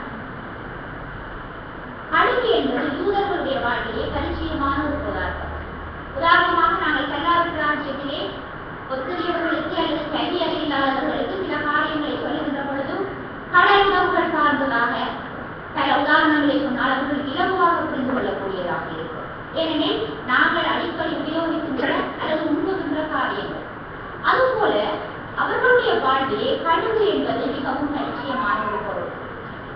இரண்டாவது, யூத மக்கள் ஏதாவது மிக சிறிய விடயத்தை பற்றி கதைப்பதற்கு எப்பொழுதும் கடுகை போல சிறியது, கடுகை போல சிறியவர், இப்படியான காரியங்களை சொல்லுவார்கள். ஆகவே அவர்களுடைய வாழ்விலே, அவர்களுடைய பண்பாட்டிலே, பழக்கத்திலே இருந்த காரியம் கடுகு மிக சிறிதான ஒரு விடயத்துக்கு, மிக அற்பமான ஒரு விடயத்துக்கு ஒப்பிடப்படுகின்ற ஒன்றாக இருந்தது. ஆகவே நாங்கள் கூட அடிக்கடி சொல்லிக் கொள்ளுகின்றோம், கடுகு சிறிது காரம் பெரிது என்று சொல்லுவோம். அடிக்கடி நாங்களும் சில காரியங்களை சொல்லுவோம். ஒருவர் விவேகமானவராக ஆனால் அவருடைய தோற்றத்திலே மிகவும் சிறியவராக அல்லது வயதில் சிறியவராக இருந்தால் நாங்கள் சொல்லுவோம் கடுகு சிறிது ஆனால் காரம் பெரிது என்று சொல்லுவோம். அவ்வளவாகவே அன்றைய கலத்தீன மக்களுடைய வாழ்விலும் கடுகு என்ற சொல்லை அவர்கள் மிகச் சிறிய காரியத்துக்கு, மிகச் சிறிய பொருளுக்கு அடிக்கடி பாதித்து வந்தார்கள். கடுகு மிக நுண்ணியதாக இருந்தாலும் அந்த கடுகு மரமானது ஆக குறைந்தது 6 அடிக்கு மேல் வளரும் என்று கூறப்படுகின்றது. 6 அடிக்கு மேல் வளர்ந்து அது செழிப்பாக செழித்து இருக்கக்கூடிய ஒரு செடியாக இருக்கின்றது. ஆகவே ஒரு சிலர் மட்டுமே இயேசுவை ஏற்றுக்கொண்டு பின்தொடர்வதையும், அநேகர் இயேசுவை விட்டு விலகி வாழ்வதையும் கண்ட சீஷர்களிடத்தில் ஏமாற்றமும் விரக்தியும் ஆன உணர்வு வந்த பொழுதோ அந்த உணர்வை அந்த சீஷர்களிடத்திலே இருந்து அழித்து அவர்களுக்கு நம்பிக்கையை ஊட்டுவதற்காக அவர் இந்த உவமையை சொல்கின்றார். மிக சிறிய கடுகு 6 அடி உயரமுள்ள ஒரு பெரிய செடியாக அங்கே வியாபிப்பது போல எனக்கு வியாபிக்கும். The little group of followers would one day be a great church என்று ஆங்கிலத்திலே காணப்படுகிறது. The little group of followers would one day be a great church. இயேசு இந்த வார்த்தைகள் எவ்வளவு சத்தியமானது என்பதை நாங்கள் பார்க்கலாம். 12 தூதர்கள் மூலம் கட்டப்பட்ட திருச்சபையானது இந்த உலகத்தின் எல்லா மூலை முடுக்குகளிலும் வியாபித்திருக்கிறதை காணலாம். உகாண்டா தேசத்திலே 1780ஆம் ஆண்டிலே 100க்கும் குறைவான கிறிஸ்தவர்கள் திருமுழுக்கு பெற்றார்கள். அவ்வாறாக ஆபிரிக்க மக்கள் 100க்கும் குறைவானவர்கள் அந்த உகாண்டா தேசத்திலே திருமுழுக்கு 1780ஆம் ஆண்டில் பெற்ற பொழுது அனைவரும் யாரும் நினைத்திருக்கவில்லை. ஆனால் 1995ஆம் ஆண்டு நடந்த கணக்கெடுப்பின்படி உகாண்டா தேசத்திலே 50 லட்சம் பேர் திருமுழுக்கு பெற்ற கிறிஸ்தவர்களாக இருந்தார்கள். இதைத்தான் நாங்கள் இந்த கடுகு விதையை இந்த இறையரசை என்று சொல்லுகின்றோம். அங்கே 100க்கும் குறைவானவர்கள் திருமுழுக்கு பெற்ற கிறிஸ்தவர்களாக உருவாகிய உகாண்டா தேசத்திலே 1992ஆம் ஆண்டு 50 லட்சம் பேர் கிறிஸ்தவர்களாக இருந்தார்கள். ஆகையினாலே இயேசுடைய வார்த்தை எப்படி சத்தியமாக இருக்கின்றது?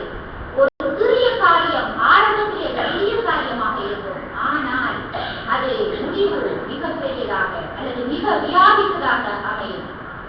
எல்லா சிறிய காரியங்களும் பெரிய காரியங்களாகவில்லை. எல்லா கடுகு விதைகளும் செழிப்பான செடிகளாகவும் இல்லை. ஒரு நல்ல விதை மட்டுமே பெரிய நல்ல சாதனமாக வளர முடியும். அதே போல நமது தேசத்திலே, நமது பிரதேசத்திலே மிக பெரிய திருச்சிமையாக நாங்கள் வளர வேண்டுமானால் ஒன்றோ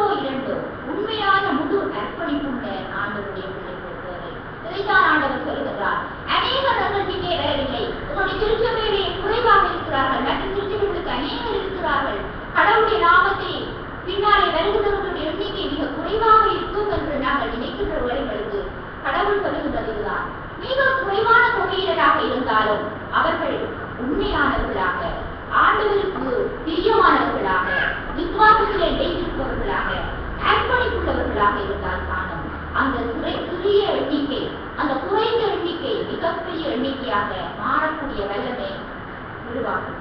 ஆகவே அர்ப்பணிப்பில்லாத, விசுவாசம் இல்லாத, கடவுள் பயம் இல்லாத ஒரு பெரும் கூட்டமான கிறிஸ்தவர்களை விட அர்ப்பணிப்புடனான, விசுவாசம் மிக்கதான, கடவுளுக்கு பிரியமான ஒரு திருக்கூட்டமே போதும் என்பது இதிலிருந்து புலனாகிறது.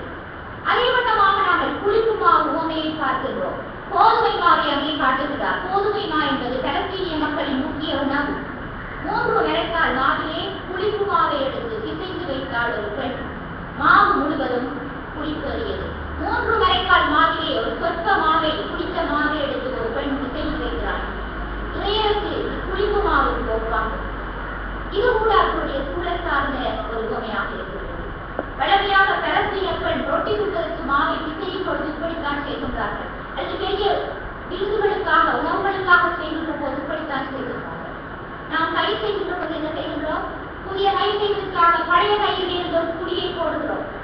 அது பின்னர் நல்ல தரமுள்ள புதிய கையாக மாறிவிடுகிறது. ஆகவே ஒரு சிறிய அளவு புளிப்புமா 3 விரைக்கால் மாவை புளிப்பாக்கி சுவையான உணவை சேர்வது போல ஒரு சிறிய வினைகளுடைய கிறிஸ்தவ மக்கள் கூட்டம் மாபெரிய விசுவாசிகள் கூட்டத்தை உருவாக்க கூடும் என்பதை கடவுள் உணர்த்துகிறார். அடுத்ததாக இந்த புதையல் உவமையை நாங்கள் பார்ப்போமேயானால், திருமறையிலே நாங்கள் இதிலே காணப்படுகின்றதை விட சில விளக்க உரைகளிலே இதை பற்றிய விளக்கங்கள் அதிகமாக இருக்கின்றது.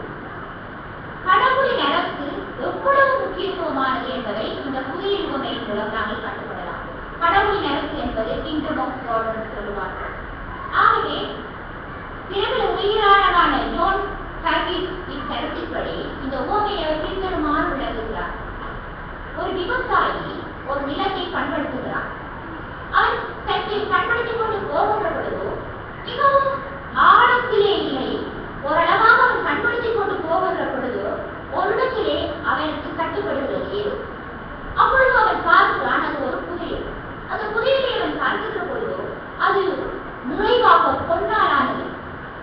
அப்பொழுது விவசாயி என்ன செய்கின்றான்? அந்த இடத்தையும் அந்த புதையலையும் அப்படியே மூடி மறைத்துவிட்டு அந்த இடத்தை அடையாளம் காணுவதற்காக ஒரு கடியை எடுத்து அந்த இடத்திலே நட்டுவிட்டு அவன் அன்றை பின்னர் தன்னுடைய வேலையை முடித்துவிட்டு வீட்டுக்கு வருகிறான். அந்த நிலம் அவனுக்கு சொந்தமானதல்ல, அவன் அந்த நிலத்திலே விவசாயம் வேலை செய்கிறான். ஆகவே அந்த புதையல் உள்ள இடத்தை அவன் காண்கின்றான். அந்த புதையலை யாரும் காணாதபடி அப்படியே விட்டு பத்திரப்படுத்தி விட்டு திரும்ப வந்து தான் அதை காணும்படியாக அதற்கு ஒரு அடையாளத்தை நட்டுவிட்டு அவன் வீட்டுக்கு வருகிறான். வீட்டுக்கு வந்து என்ன யோசிக்கின்றான்? எப்படியாவது இந்த புதையலை நான் அடைய வேண்டும், எப்படியாவது நான் இந்த புதையலை அடைய வேண்டுமானால் நான் எப்படியாவது இந்த நிலத்துக்கு உரிமைக்காரனாக மாற வேண்டும். எப்படி நான் இந்த நிலத்துக்கு உரிமைக்காரனாக மாற முடியும்? என்னிடத்திலே எந்த பொருளாதார வசதியும் மேலதிக வருமானமும் என்னுடைய சொத்துக்கள் இல்லையே என்று யோசிக்கிறான். உடனடியாக அவன் அந்த அந்த நிலஸ்வாந்தரிடம் போய் இந்த காணியை எனக்கு விற்றுவிடுங்கள் என்று சொல்லுகிறான். அப்பொழுது அவர் அதிசயப்படுகின்றார். ஆனால் அவன் அங்கே அந்த காணி விற்கப்படும் சூழ்நிலை இருக்கிறது என்று தெரிந்தவுடனே என்ன செய்கிறான்? தன்னுடைய ஜீவனத்துக்கு உண்டான எல்லாவற்றையும் விற்கின்றான். தன்னுடைய உடைகள் எல்லாவற்றையும் விற்கின்றான். அப்பொழுது அவனுடைய ஐரவத்தார் என்ன செய்கின்றார்கள்? அவனை பார்த்து அதிர்ச்சி அடைகிறார்கள். இவனுக்கு என்ன திருப்பு பிடித்திருக்கிறதா? தனக்கு உண்டான எல்லாவற்றையும் விற்கிறான் என்று அவர்கள் நினைக்கிறார்கள். ஆனாலும் அவர் எல்லாவற்றையும் விற்றார். எல்லாவற்றையும் விற்று அந்த உரிய பெருமதியை எடுத்துக்கொண்டு இலசுவாந்தரிடம் போகிறார். இலசுவாந்தரிடம் போய் இந்த பெருமதி மிக்க அந்த காணியை வாங்குவதற்கு போய் அதை தன்னுடைய உடமையாக்கிக் கொள்கிறார். அதை அவர் உடமையாக்கிக் கொள்வதன் மூலம் அங்கே அவருக்கு என்ன கிடைக்கிறது? அவர் எல்லாவற்றையும் இழந்தாலும், தனக்குரிய எல்லா சொத்துக்களையும் இழந்தாலும் அவற்றையெல்லாம் ஈடு செய்யக்கூடிய மிகப்பெரிய புதையலுள்ள நிலத்தின் சொந்தக்காரனாகிறான். அவரிடம் அதிகமான வசதி வாய்ப்புகள் கூடும்படியாக மிகப்பெரிய செல்வம், விலை மதிக்க முடியாத புதையலின் சொந்தக்காரனாக அவன் மாறுகின்றான். ஆகையாலே இந்த உடைமைகளை அவன் விற்கின்ற பொழுது அவன் எல்லாவற்றையும் இழந்தவனாக இருக்கிறான். ஆனால் இறுதியிலே அவன் எல்லாவற்றையும் உடையவனாக மாறுகிறான். இதைத்தான் நாங்கள் அடுத்ததாக அதோடு சம்பந்தமாக ஒரு முத்து வியாபாரி ஒரு முத்தை கண்டு தன்னிடமிருந்த எல்லாவற்றையும் விற்று அந்த விலை மதிக்க முடியாத முத்தை வாங்குகிறார்களே, இந்த உவமைகளை சொல்லுகிறார். இந்த 2 உவமைகளும் கூட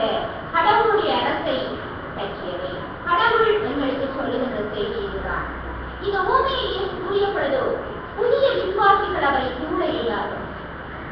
இந்த உவமைகள் இரண்டும் கொஞ்சம் சொல்லப்பட்ட சூழ்நிலை வேறு, ஏற்கனவே இந்த உவமை சொல்லப்பட்ட சூழ்நிலை வேறு. இந்த இரண்டு இதயத்தை பற்றிய உவமைகள், புதிய உவமை, முத்து உவமை இரண்டும் சொல்லப்படுகிற பொழுது அங்கே அவர் இருந்த சூழ்நிலை வேறாக இருந்தது. அவரை சூழ புதிய விசுவாசிகள் இருந்தார்கள். புதியவர்கள் இப்பொழுதுதான் அவரை பின்தொடர ஆரம்பித்திருக்கிறார்கள். ஆகவே அவர்கள் அதிக பரிச்சயமானவர்கள் அல்ல, அனுபவம் உள்ளவர்கள் அல்ல. இயற்கை பற்றி, இயற்கையுடைய வாழ்வை பற்றி, அவருடைய பணியை பற்றி அதிகம் அறியாதவர்களான விசுவாசிகள் இருந்தார்கள். ஆகவே அவரை சூழ இருந்தவர்கள் மத்தியில் அவரின் பணியின் ஆரம்ப கட்டத்திலே இதை அவர் சொல்லிவிட்டார். இயேசுவை பின்பற்றுவது சரியானதா தவறானதா, இவர்கள் நாங்கள் கூட போகலாமா இல்லையா என்ற மனநிலையில் இருந்த புதிய விசுவாசிகள் அநேகம் இருந்த சூழ்நிலையிலே இயேசு இந்த உவமையை சொல்லுகிறார். அப்படியான சூழ்நிலையை அவர்கள் சிந்திக்க ஆரம்பிக்கிறார்கள். இயேசுவை பின்பற்றினால் அவர்களின் வாழ்க்கையை ஒரு பெரிய மாற்றம் ஏற்படுமா என்று யோசித்துக் கொண்டிருந்த பொழுதோ, இயேசுவை பின்பற்றினால் எல்லாவற்றையும் இழந்து இயேசுவை மட்டும் தேடி அதற்காக எல்லாவற்றையும் விட்டுவிட்டால் அவர்களுடைய வாழ்விலே பெரிய மாற்றம் அல்லது பெரிய உயர்வு உண்டாகும் என்பதை உவமைகள் காட்டுகிறது. இந்த யோசனைகளோடு இருந்த மக்களுக்கு அவர்களாகவே அவரை பின்பற்றியவர்களுக்கு மற்றவர்கள் சொல்லியல்ல, அவர்களாகவே ஒரு நல்ல முடிவை எடுக்க ஆண்டவர் உதவி செய்கின்றார். ஒரு விவசாயி போல, ஒரு முத்து வியாபாரி போல அவர்கள் இருவரும் இழந்ததை விடவும் மிக அதிகமாக பெற்றுக் கொண்டார்கள். அந்த விவசாயிகள் உடமைகளை எல்லாம் பிச்சு எல்லாவற்றையும் இழந்தான். அதன் மூலம் விலையேற பெற்ற புதையலை பெற்றுக் கொண்டான். முத்து வியாபாரி அனைவற்றையும் இழந்தான். ஒரு பெருமதி மிக்க முத்தை வாங்கினான். இறுதியாக அந்த ஆங்கில பகுதியிலே சொல்லப்படுகின்றது, if you decide to follow Jesus, you will gain more than you will lose. ஆண்டவுடனான வாழ்வே மிக பெரும் புதையலாக உள்ளது. ஒரு புதிய கிடக்கு விவசாயி போல, ஒரு முத்து கிடைத்த வியாபாரி போல நிறைவான சந்தோஷத்துடன் சௌகரியத்துடன் வாழ விரும்பும் நிலையை உயர்த்தார். இறைவனுடன் வாழும் வாழ்வு என்பது மிக கடினமானதல்ல. அது நிலத்தில் மிக ஆழத்தில் இல்லை. முயற்சியுடன் கண்படுத்தப்படுகின்ற ஒரு நிலத்திலே சில அடி ஆழத்திலே ஒரு புதிய கிடைத்தது போல நாமே நம்மை கண்படுத்திக் கொள்கின்ற பொழுதோ, தோண்டி பார்க்கின்ற பொழுதோ, தேடி இருக்கின்ற இடத்திலே மகிழ்ச்சி கிடைக்கும். நான் இந்த திருமறை பகுதியின் தலைப்பை பார்த்தவுடன் தேடல் என்று இங்கே தலைப்பிடப்பட்டிருந்தது. விழிப்புள்ள தேடல். எனக்கு ஆரம்பத்தில் எதுவுமே புரியவில்லை. விழிப்புள்ள தேடல் என்பதற்கும் இந்த திருமறை பகுதிகளுக்கும் எந்த சம்பந்தம் என்று நான் யோசித்துக் கொண்டே இருந்தேன். பின்னதாக நான் திருமறை எடுத்து வாசித்து அதற்குரிய காரியங்களை வாசித்த பொழுதுதான் இருந்தது. தேடல் இருக்கின்ற இடத்திலே மகிழ்ச்சி கிடைக்கும். நமது தேடல் எத்தகையது? சத்தமுள்ள தேடலாம், நாம் எதை தேடுகிறோம் என்பதை நாங்கள் யோசிக்க வேண்டும். இறுதியாக நாங்கள் யோசித்து பார்த்தோம், இறையரசு என்பது என்ன? இறையரசு என்பது அல்லது கடவுளின் ஆட்சி என்பது என்ன? ரோமர் 14ஆம் அதிகாரம் 17ஆம் வசனம் சொல்கிறது, கடவுளின் ராஜ்யம் புசிப்பும் குடிப்பும் அல்ல, அது நீதியும் சமாதானமும் பரிசுத்த ஆவியினால் உண்டாகும் சந்தோஷமாயிருக்கிறது. நீதி, சமாதானம், சந்தோஷம், இந்த மூன்று உள்ள வாழ்வுதான் கடவுளின் அரசு அல்லது கடவுளின் ஆட்சி. நீதி இருந்தால் அங்கே அநீதிகள் இருக்காது. கொலை, கொள்ளை, பாலியல் வல்லுறவுகள், அபகரிப்புகள், விவாதங்கள் எதுவும் இருக்காது. அங்கே நீதி இருந்தால் இந்த காரியங்கள் இருக்காது. நீதி இருந்தால் அங்கே பிரச்சனை இருக்காது. பிரச்சனை இல்லாத இடம் அமைதியான இடம். ஆகவே மக்கள் முரண்பட மாட்டார்கள், ஊர்வலங்கள் நடத்த மாட்டார்கள், பரிசுத்தரிப்புகள் நடத்த மாட்டார்கள். யாரும் சமம் என்கின்ற சமத்துவத்தினை அங்கே இருக்கும். அதனால் சமாதானம் இருக்கும். நீதி வருகின்ற பொழுதோ அங்கே உடனடியாகவே நீதியின் விளைவாக சமாதானம் வருகின்றது. சமாதானம் அங்கு இருக்கின்றதோ அங்கே சந்தோஷம் இருக்கும். எங்களுடைய உள்ளத்திலே சமாதானம் இல்லை என்றால் என்னுடைய முகத்தை பார்த்தால் தெரியும். என்னுடைய முகம் வாடி இருக்கும், கவலையுடையதாக இருக்கும், கஞ்சலமுடையதாக இருக்கும். என்னுடைய குடும்பத்திலே அல்லது என்னுடைய உள்ளத்திலே சமாதானம் இருந்தால் வெளிப்படையாக தெரியும். நாம் உற்சாகமானவர்களாக இருப்போம், முகமலர்ச்சியுடன் இருப்போம், மற்றவர்களுக்கு உதவி செய்வோம், எல்லாரையும் நன்றாக நடத்துவோம். என்னுடைய ஒவ்வொரு நடவடிக்கைகளிலும் அந்த மகிழ்ச்சி தெரியும். ஆகவே நீதி உள்ள இடம், சமாதானம் உள்ள இடம், சந்தோஷம் உள்ள இடம், இது மூன்று உள்ள இடம்தான் அங்கே கடவுளுடைய அரசு. ஆகவே நீதியின் கடவுளால் ஆளப்படும்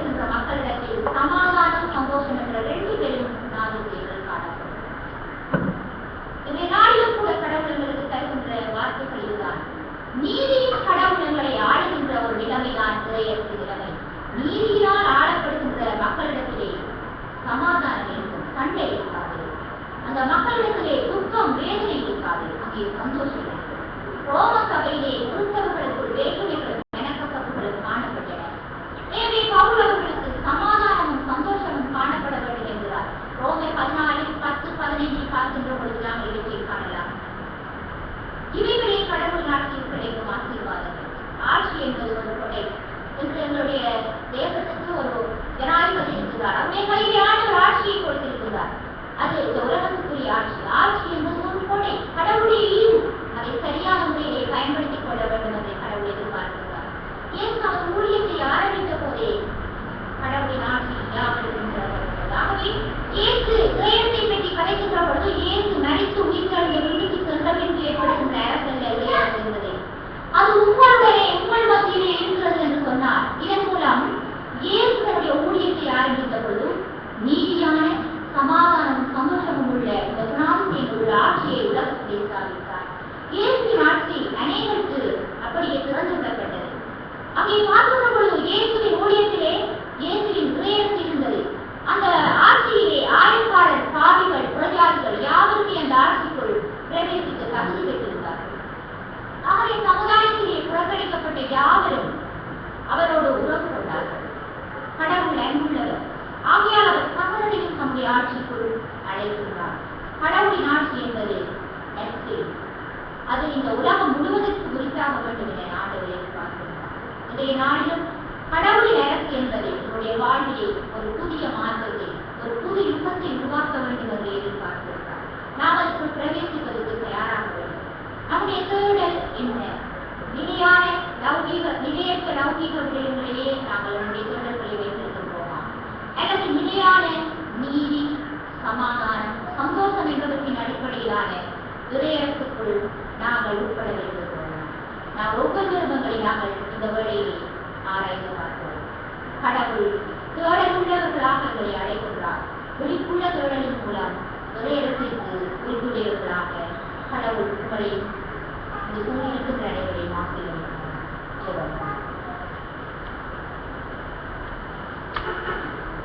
இரக்கத்தில் ஐஸ்வர்யமுள்ள ஆண்டவரே சுவாமி, நீக்கம் இந்த வழியாக நன்றி செலுத்துகின்றோம். உங்களுடைய நீதியின் அடிப்படையிலான, சந்தோஷத்தின் அடிப்படையிலான, சமாதானத்தின் அடிப்படையிலான இறையரசை நாங்கள் காணவும் அதற்குள் பிரவேசிக்கவும் தகுதியுடையவர்களாக நிலங்களை மாற்றியவர் சுவாமி. நாங்கள் வாழ்கின்ற சூழலிலே ஆண்டவரே பலவிதமான கஷ்டங்கள், பிரச்சனைகளை எதிர்கொள்கிற பொழுது நாங்கள் கண்டிக்கப்படுவோம் என்று நினைக்கின்றோம். ஆண்டவரே, நாங்கள் பலவிதமான தீமைகளை செய்து உமக்கு விரோதமான காரியங்களை செய்து வந்திருக்கிறோம். ஆண்டவரே, உங்களுடைய ஈவை நாங்கள் காண்கிறோம். உங்களுடைய கொடையாகி ஆட்சி குறித்துடையவர்களாக நாங்கள் மாறும்படி எங்களுடைய உள்ளங்களை இறங்கியவர் எங்களோடு கூட வரும் சுவாமி. எங்களுடைய திருச்சபைகளிலும் நீதியும் அன்பும் அமைதியும் தொடர்ந்து நிலைத்திருக்க நிற்கிறது. உங்களுடைய பிள்ளைகளாக இந்த இடத்திலே உங்களுடைய அரசாட்சியை நாங்கள் காண்கிறவர்களாக, இந்த அரசாட்சிக்குள் அனைவரையும் உட்பிரவேசிக்க தகுதி பெற்றவர்கள் என கருதி நாங்கள் அவர்களை வழிநடத்துகிறவர்களாக மாற நிற்கிறோம். உங்களுடைய ஆட்சியை நாங்கள் இந்த உலகத்துக்கு முழுவதும் பரப்பத்தக்கதாக, உங்களுடைய நற்செய்தியை இந்த உலகத்துக்கு முழுவதும் பரப்பத்தக்கதாக நீர் எங்களுக்கு வல்லமை தந்தருமானே. இந்த இடத்திலே விசேஷமாக இந்த வழிபாட்டிலும் தங்களுடைய காலங்களை பயன்படுத்தி ஒவ்வொரு விடயங்களிலும் பங்கேற்ற ஒவ்வொரு பிள்ளைகளையும் நீர் ஆசீர்வதிக்கிறார்கள். தங்களுடைய பாடல்களினால், புதிகளினால், ஜெபங்களினால், வேத பாடங்களினால், ஒவ்வொரு காரியங்களினாலும் உங்களுடைய நாமத்தை மகிமை உண்டாக்கிய ஒவ்வொரு பிள்ளைகளையும் ஆசீர்வதிக்கிறார். கர்த்தாவே, முக்கியான நேரத்தில் நீர் ஆசீர்வதித்து பொறுப்படுத்த சுவாமி. உமக்கு பிரியமான வாழ்வு வாழ இந்த திருச்சுவை மக்கள் அன்பிலும் ஐக்கியத்திலும் நிலப்பட்டு சந்தோஷத்தோடும் சமாதானத்தோடும் வாழ சூழ்நிலைகளை நீர் உருவாக்கி இந்த உலகத்துக்கு எங்களை நிம்மதியோடும் சமாதானத்தோடும் அனுப்பும்படியாக பெற்றிருக்கிறோம். நல்லதினாலே நாங்கள் அனைவரும் எழுந்து சேர்ந்து 247வது பாடலை பாடுவோம். நாங்கள் இந்த உலகத்திலே வாழ்வதற்கு ஆண்டவர் நல்ல ஆவியை ஊற்றும்படியாக ஆண்டவரிடத்திலே கேட்போம். பாடல் இலக்கம் 247. இந்த பாடலை தொடர்ந்து ஜெபத்திலும் ஆசீர்வாதத்திலும் போதகர் ஐயா அவர்கள் வழி நடத்துவார்.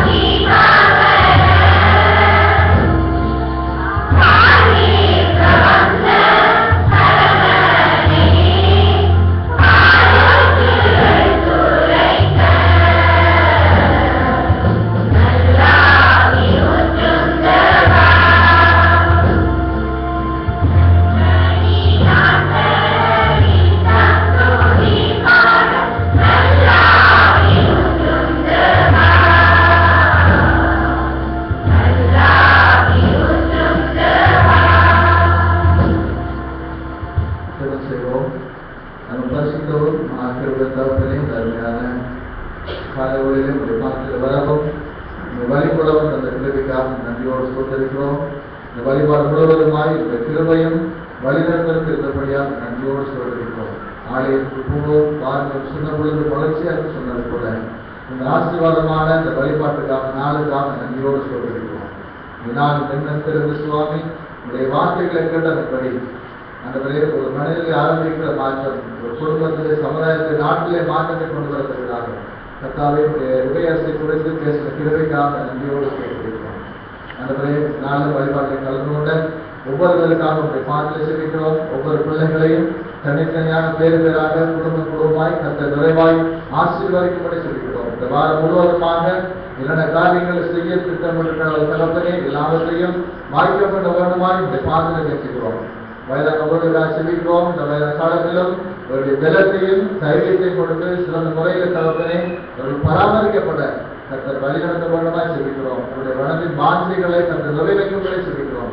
படிக்கிற பிள்ளைகளை ஆசீர்வதிக்குவாங்க. பரிசைகள் ஒவ்வொன்றிலும் கர்த்தாவை கூட இருந்து நல்ல ஞானத்தையும் புத்தி அறிவையும் நினைவாற்றலை கொடுக்கும்படி பார்த்து வச்சுக்கிறோம். அதே போல நம்ம பயந்து ஜீவிக்கவும் பெற்றார் கீழ்ப்படியவும் கர்த்தர் நடத்தும்படி சொல்லியிருக்கிறோம். அந்த குடும்பத்தை கொண்டு நடத்துகிற ஒவ்வொரு குடும்ப தலைவிக்காக, ஒரு குடும்ப தலைவருக்காக ஜீவிக்கவும் ஒவ்வொருவரையும் ஆசீர்வதிங்க சுவாமி. ஒரு பயந்து ஜீவிக்கிற பிள்ளைகளாக குடும்பமாக கட்டியெழுப்பட கர்த்தர் கிருபை செய்யும்படி சொல்லியிருக்கிறோம். திருச்சபையிலும் நடக்கிறதுக்கான ஆண்டு விழாவுக்காக, வாலிப சங்கத்தில் நடத்துகிற விளையாட்டு போட்டிகளுக்காக, பெண்கள் சங்கத்தின் வினாவடை போட்டிகளுக்காக செல்கிறோம். ஒவ்வொரு பிள்ளைகளை கர்த்தருக்கு பயன்படுத்தும்படி செல்கிறோம். திருச்சபையானவர்களே ஒவ்வொரு காரியங்களை செயல்படுத்துகிறார்கள். கர்த்தர் வழிநடத்த வேண்டுமாய் செல்கிறோம். இதனால் வழிபாட்டு கலந்து கொண்ட ஒவ்வொருவரையும் நண்பான கருத்தில் ஏற்படுகிறோம். ஒவ்வொருவரையும் ஆசீர்வதிக்கும்படி செல்கிறோம். அந்த இந்த தூர தேசத்திலிருந்து இந்த வழிபாட்டை கலந்து கொள்வதற்காக செல்கிறோம். அவருடைய வார்த்தையில் நிறைவேற்றி நாமத்தை மேம்படுத்தும்படி செல்கிறோம். தேவைகளை சந்திக்கும்படி செல்கிறோம். கிருபை வழிநடத்தலும் ஒவ்வொருவரோடும் கூட இருக்கட்டும். இயேசு கிறிஸ்துவின் நாமத்தில் சொல்லிக்கிறோம் நல்ல பிதாவே, ஆமென். நம்முடைய கர்த்தராகிய இயேசு கிறிஸ்துவின் கிருபையும் பிதாவாகிய தேவனுடைய அன்பும் தூய ஆவியான வழிநடத்தலும் சத்தியம் சமாதானம் என்னுடைய சில காலங்களும் நம் அனைவரோடும் கூட இருப்பதாக. ஆமென். என்னாத்மாவே ஸ்தோத்திரி, ஸ்தோத்திரி, என்னாத்மாவே ஸ்தோத்திரி, அவர் செய்த சகலவான்களை மறவாதே. ஆமென். ஆண்டவர் தாமே உங்களை நிறைவாக ஆசீர்வதிப்பார்.